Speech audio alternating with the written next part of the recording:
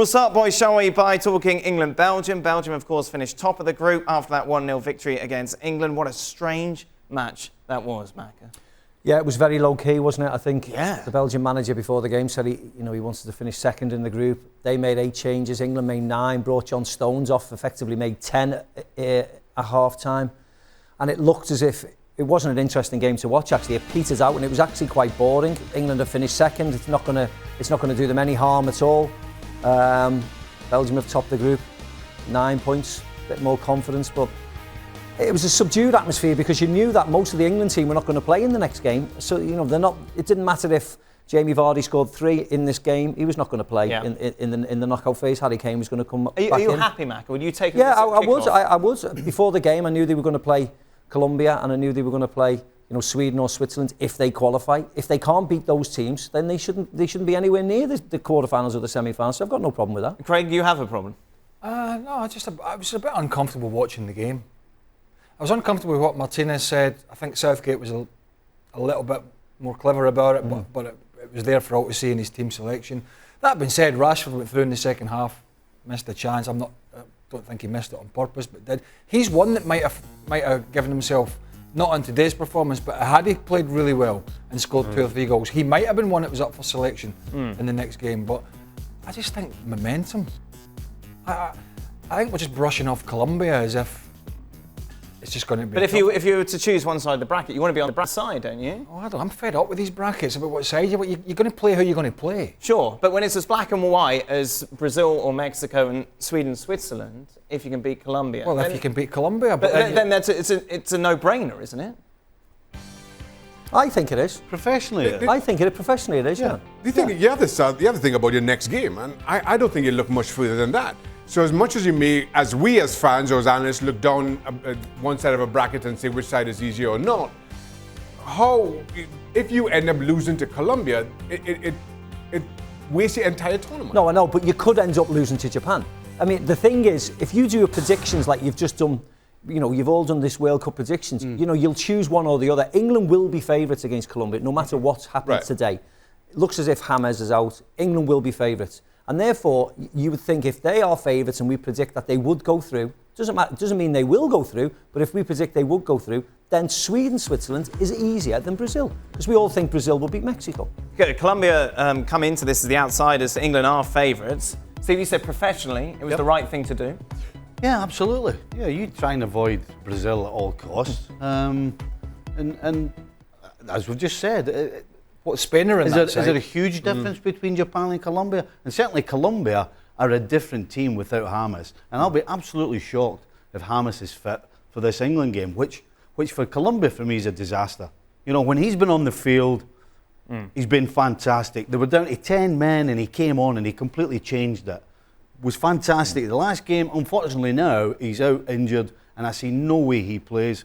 And that makes England favourite. And also England have virtually rested their whole team. You see a couple of the Colombians, I know James went off, but a couple more were limping near the end of the game. And it's not going to do England any harm. If they don't beat Colombia, they don't, as I said before, they don't deserve it and they deserve criticism.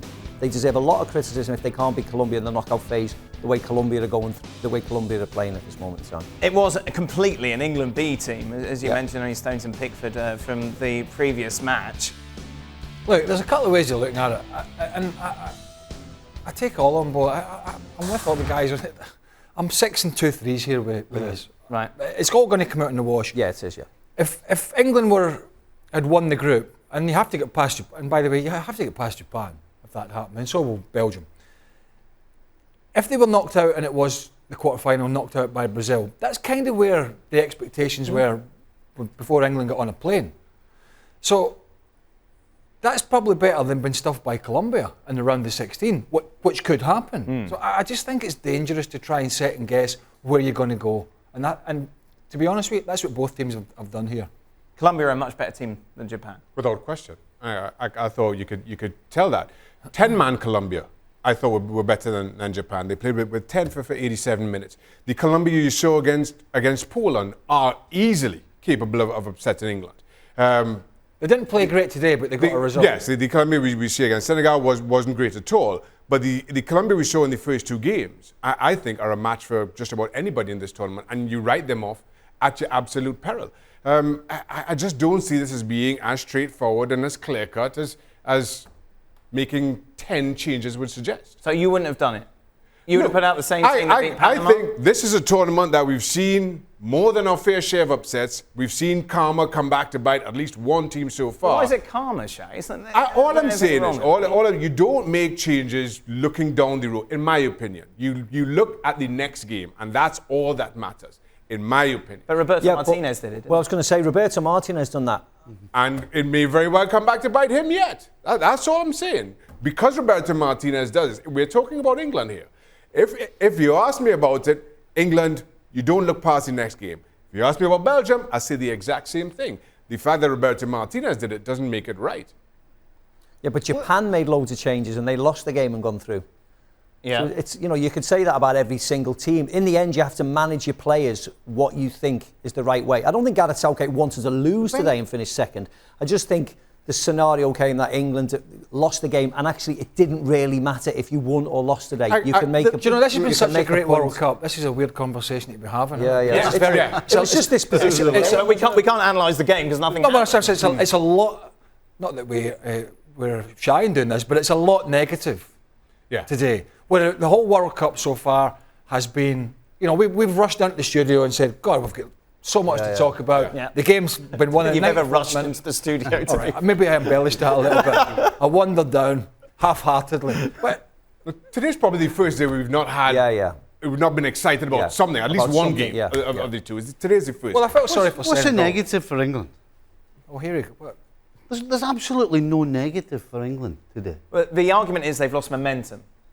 They haven't, because the players who were going to play didn't play, so they've lost no momentum at all. Well, I'll give you one negative. I'll give you one negative. Shaka just spelled it out to you, unless you're deaf in that right ear. Pardon? They've now got a tougher team in the round of 16. Is that a positive or a negative? Speak. No. We're splitting England have now got hairs here. England, You're splitting hairs here. I'm not splitting hairs. Of course Who's a you better are. team, Japan or Colombia? Who's a better team? It's a toss of your coin right No, now. it's not. No. There's no James Rodriguez. The best player's not playing. Exactly. Without James Portugal. Without Ronaldo. Without James Rodriguez, Colombia are still a better team than Japan. 10-man Colombia was better than Japan. They should have won that. That's the only negative. Without James and down to 10 I just don't see where there's negative. Yeah, I'm the same as you, Bumper. There's no confirmation, by the way, that James is out for that game. I've just told you. I'm telling you. Just to confirm. He spoke to I'm telling you. Sources say. Tell you what.